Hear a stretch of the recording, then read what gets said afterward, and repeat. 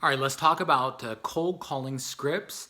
And I just want to get a few things out of the way first before I break into the anatomy of a script for cold calling and what that can do for your sales prospecting efforts. So first of all, under the prospecting umbrella, right, there's different kinds of ways to prospect. When I say prospect, trying to get in touch with a prospective customer. So there's walk-ins, cold walk-ins where they're not expecting you. You're just trying to find out who you're supposed to do business with and what to do to get an appointment. Number two would be emails is another major prospecting way. Even now, social media and instant messaging the customer, you have to be really careful with that, the prospective customer. And then there's dials. And so when we're talking today, we're talking about cold call dials. And when it comes to dials on the phone, so you want to realize that most times you're going to get voicemail rather than a live body. It's just the nature of the business. So I've noticed in every industry, this is different based on the industry and the target person that you're trying to contact. So for example, myself, I experience this, as you know, I have two businesses. One is Castle Trade Agency. That's where I represent factories as a manufacturer sales rep agency. And I'm calling on the biggest retailers in the country like Walmart, Target, and so forth. And I'm trying to contact the buyers there. Well, as I've measured this, it's up almost to about 40 dials that I have to do on the phone till I get a buyer that actually answers the phone. Why? Because these buyers are targeted by everybody because that's their buyers. So vendors are trying to contact them constantly. And so you have to have scripts for voicemail, right? Because you're going to get voicemail more than not. And then on the other business that I have, which is Lancaster Business Works, which is the sales training company, and this is why I'm making these videos to explain more about my selling system, my sales management system, so that people can be exposed to it, try it, see that it works, and then come back to me and say, okay, let's do more of this for our whole sales team, right? When I'm calling on people, I'm usually calling on a director of sales and marketing or a national sales manager or somebody like that in the organization that's in charge of sales. Guess what? They're much more accessible than the buyers at these big retailers. So I noticed that that's somewhere around 14 to 15 dials that I have to do to get one live body on the phone. So it's a much better ratio than the other business that I do where I'm trying to contact the buyers. Okay, so say a few more things about this before we get started. So when it comes to cold calling scripts, first of all, I firmly believe that the company should be providing this for the salespeople. You shouldn't be hiring a salesperson and saying, okay, your sales, you're an expert, you came to the game with your skills and everything like that. Now go call customers, here's your customer list. And why? Because first of all, the sales communication, the way that the salespeople or the sales team are communicating the benefits of your product or service and the value of doing business with your company should be the same as the story that your marketing department is saying. But so many times you look at the marketing story and you look at the salesperson communication and they're completely opposite. These should be the same. So one of the things that I do when I'm working with companies is to help develop this script, because as we go through this, you're going to say, well, that won't work for us. That's fine. Some of these steps have to be revised because companies are unique and the customers that they're calling on. And I'll say this too, individuals are unique. So as a salesperson, I'm going to give you the structure, right? But you're going to be able to take this and make it your own in your own words that you're comfortable with, as long as you're achieving the objective of getting to the appointment, right? You're still moving the ball down the field in this structure, but put it in your own words, okay? So there's a couple other things that I have to say too, and it kind of goes along with that, is about being genuine, first of all. So being genuine means that when you get on the phone with that prospect, don't sound like a computer. I'm working with sales teams and we're having sales training, and then we break out in the afternoon and we're in individual cubicles or at their desk, and now we're going to do what we call a sales blitz, where we're doing cold calling, and I'm sitting there working with the salespeople to help coach them and listen and talk about high pressure. I feel bad for these guys, but I always try to soften this and make it more palatable for them. And the goal is they know I'm there to help them, and so that's great, and it does help them, and we get results. But sometimes you have people that were in the training and they're having a great conversation with you. You get into the cubicle to make calls, and now they sound like a computer, right? They sound like a robot. They sound like some of those YouTube videos where they're narrated by computers, right? And I said, what happened? But in their mind, they're thinking that's what a salesperson does, and you have to be polished, and you have to be, no. Be human, be genuine, you'll get better results, even if you stumble and stutter sometimes and stuff like that, because people want to do business with people, not with a robot or a computer or something like that. The next thing that we have to mention is credibility. There's a rule here that I want to mention, that just like people think and have a negative image of politicians, and when they think of politicians, they say, oh, politicians will say or do anything to get elected, right, or to get the vote. And the same perception is true in the general public of salespeople. They think that a salesperson will do or say anything to get the sale, right?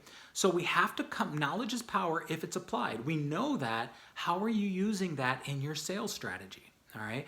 So when I'm talking to people, I take a very unassuming approach of, I don't know whether we're a right fit for each other or not, but this is what I do. Here's what our company does. Here's the pains that we solve. Does any of that make sense to you? See, very unassuming, let them come back and say, well, yes, it does. Rather than me always be closing, ABC is a joke, okay? That's been since Dale Carnegie, you're talking 1920s. And then we keep saying it and keep repeating the same lies. It doesn't make it any more true. Customers know when you're constantly asking them close-ended questions to try to get a yes out of them, they know what you're doing. And so they're resisting you because they feel like they're being pushed, and nobody wants to feel like that. So just realize that as we start the phone call. And I say, manage your state of mind before you start picking up the phone and calling. And what does that mean? So I try to think of all the customers, current customers that I have, excuse me, that have told me how much they appreciate working with me and why. So if it's on the sales rep agency part of my business, they're telling me, Nick, it is so helpful that you're to work with you, that you're a US salesperson. I can pick up the phone and call you anytime, rather than if I was just working with a salesperson at the factory, the foreign factory that you represent in Asia somewhere, right? If it's sales training side of my business, I think about the salespeople and the sales managers that tell me what a difference this selling system has made in their life, and it's made selling so much easier, help them reach their goals, help them exceed their goals, improve their quality of life. All those things are very rewarding. And when I think about those for a minute, it puts me in the right state of mind, so that as I'm calling these people, I realize I've got something of value to them. Okay? It's not like I need them. They need me. And if I can just get a few minutes of their time to explain why, and explain some of the success stories that I've had with other people, that I'll have that opportunity to make them a customer as well. But I've got to get there first. So let's be honest. All right, we're going to call this cold calling. Experts will say we don't call it cold calling because it has negative connotations with the salespeople, and they resist cold calling, and because it infers that you did not do any research on the prospective customer that you're about to call, and it should be a warm call because you should be doing the research. I get it. All right. The truth is that if you're calling prospective customers and they're not expecting your call, guess what? It's a cold call. All right, let's call a spade, right? It is what it is. It's a cold call. So dress it up however you want or whatever, but it's a cold call if you're doing this. So we're specifically talking about dials, and not talking about voicemail, not talking about other things. But when you get a live person on the phone, you've managed your state of mind. Now you're burning through your list, right? And you're making those calls. The first thing you do when Bob answers the phone, right, is you say who you are. Now the problem is that when I say that, I notice that his mind is wandering, and he's gone. So I say, he picks up the phone and he says, Bob Smith, and I say, Bob, it's Nick White. The first thing he's thinking is Nick White. Who do I know that's Nick White? Where's he from, right? I want bring back his brain power so that he can focus in this conversation. So I put that to rest by saying, we haven't met yet. Perfect. Okay, a couple things in that. It puts that to rest and brings him back into the conversation. It also infers, this is some slight psychological advantages, word choices that you have that are going to give you an advantage, but it slightly refers to, we're going to meet someday, right? I'm in your industry. We just haven't met yet, all right? So when I say, Bob, this is Nick White, a lot of times people say, don't use your last name. I've split test this for my own personal business, doing all the cold calls that I normally have to do on a daily basis. And I've noticed that I get a lot of people when I just say, hi Bob, this is Nick. We haven't met yet. When I just say Nick, it seems like I'm hiding a little bit, right? If I'm in the community and I'm ready to have, I'm reaching out to this person because I want to have a relationship with them, what's the fear of saying my last name? Well, that's just too much information. I haven't found that to be true, so I'm still doing it. I may split test it again in the future or try it with a different market segment or something, but for now, I say, hi Bob, this is Nick White. We haven't met yet, okay? Now I've got his full attention. He knows we haven't met. He's not wandering around or anything like that. I like to put in some authority at this point, all right? So if I'm talking about my manufacturer rep agency and I'm calling retailers, I'll say, I'm in charge of US business development for, and then I say the factory name. Or I'll say, I'm in charge of client relationships in the retail sector for, and then I'll say the company and what we do or the products that we make. If I'm calling on the sales training side of my business, so I'm saying it's a little bit easier, but I say I'm the president, or I'm the president of Lancaster Business Works, and so by saying that, all of a sudden they know I'm a person of authority. They don't know that I'm actually the only person in my company, but that's okay. So I'm the president of Lancaster Business Works, and at this point, I might want to qualify them. And what qualification sounds like, and for that side of the business, is, and just so that I'm not wasting your time and my time, how many salespeople do you have in your organization? Okay. If that's an important qualification step for me, I'm going to say it at that time. Now, if I've already done this step before the call online by researching the company, I'm just going to skip that step. Okay. And then I'm going to go down to the pain part of it. This is the most important part, and we spend a lot of time in the training, which we won't be able to do because I see I'm already at 13 minutes almost.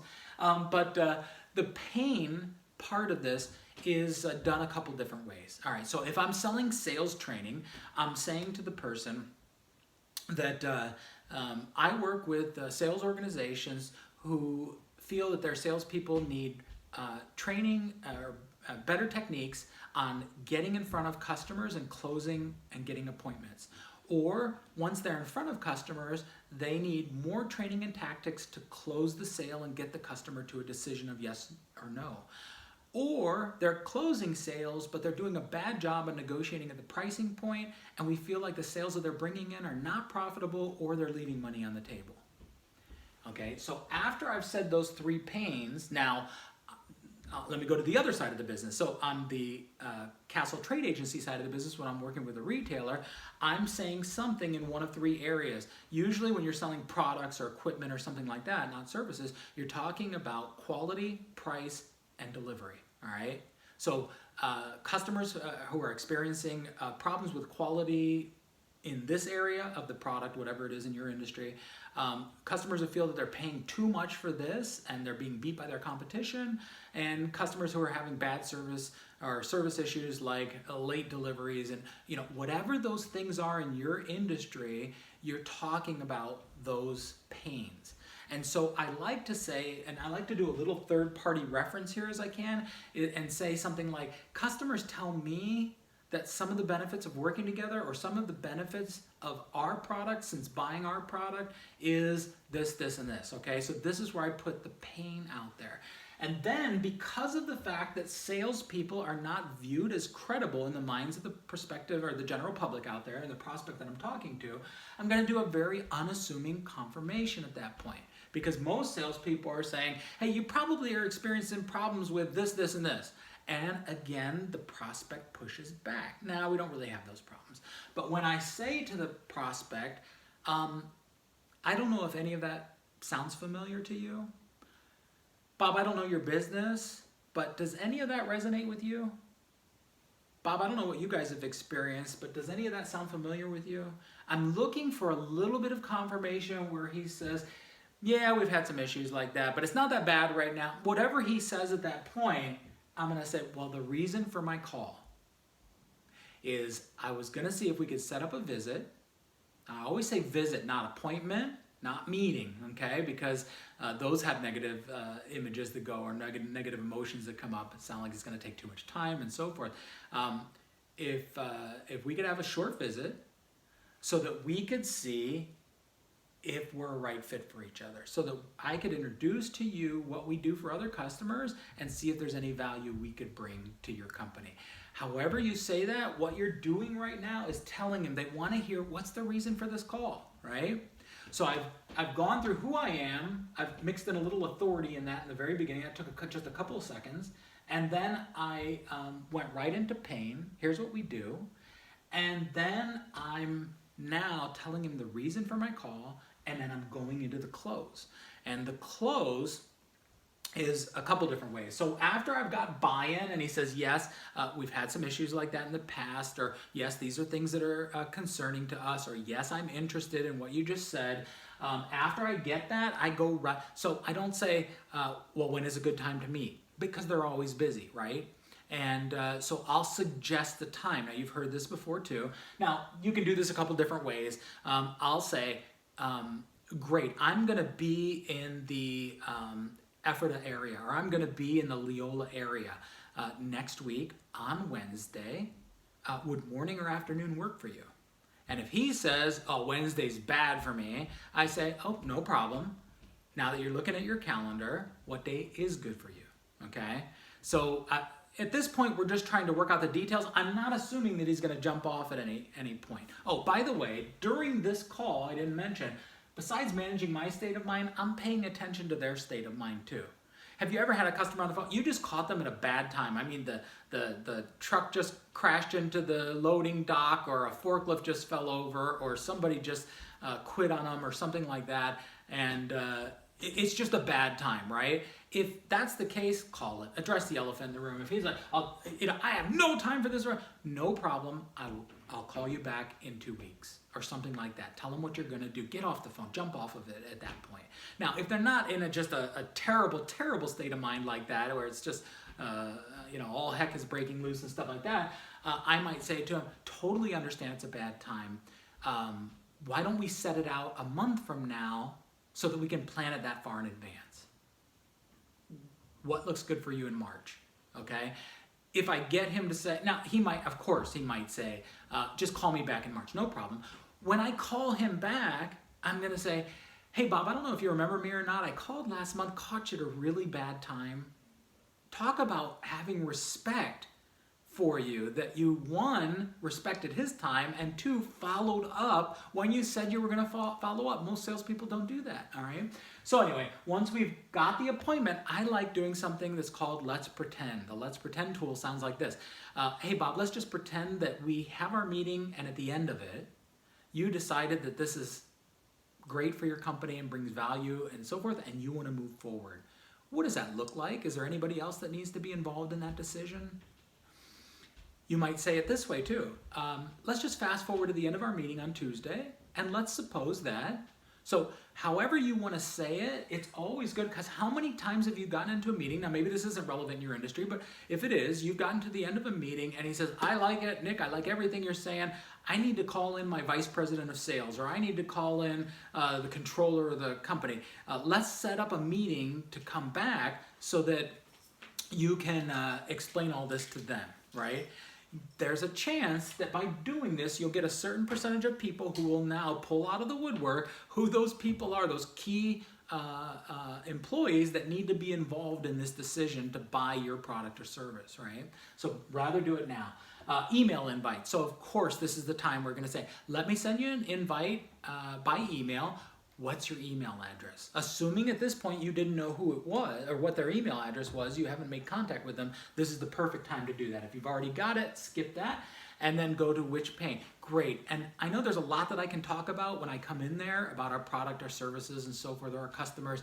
Out of those pains that I mentioned earlier, which one would you like me to focus on? So important, okay? And it's just a quick question you can ask. Hey, of the pains that I mentioned earlier, which one would you like me to focus on when we're meeting on Tuesday? All right? And because whatever he selects, there's going to be a reason for it. And I want to know that coming into the meeting. Now, once I get into the meeting, I'm going to say to him, now, before we get started, you mentioned that on the phone that this was an issue. I was actually surprised that you said that. I thought you would have picked this one. Why am I doing that? I'm trying to get the conversation, first of all, open up the conversation, and I'm trying to get more pain on the table. Just in case I go down my road of pain questions with this pain, and we get stopped at some point and realize it's not really a valid pain, right? I want to go back to this one automatically. Let's talk about that one now that you mentioned earlier, and then go down that road. All right, so which pain is most important to you? And this last question, salespeople have told me, Nick, I've written so much business because of this, because it helped me to prepare for the meeting. It's just a very open-ended question. Okay, Bob, great. Anything else I should know before we meet on Tuesday? Now look, 8 out of 10 people are going to say, no, I think that's pretty much it. But those 2 who go, well, yeah, you should probably know we've got a 5-year contract with so-and-so company. Don't you want to know that before you go in there? Or, whatever, you should probably know that we're limited on this thing. We've got a $500,000 a year budget, and that's it. If it doesn't fall within that budget, there's no way we're going to be able to do business with. Now I'm going to start working on the proposal that I'm going to give them after we get through the interview process and pain and all that, that's going to fit their needs or be much closer to it, okay? So this question is really important.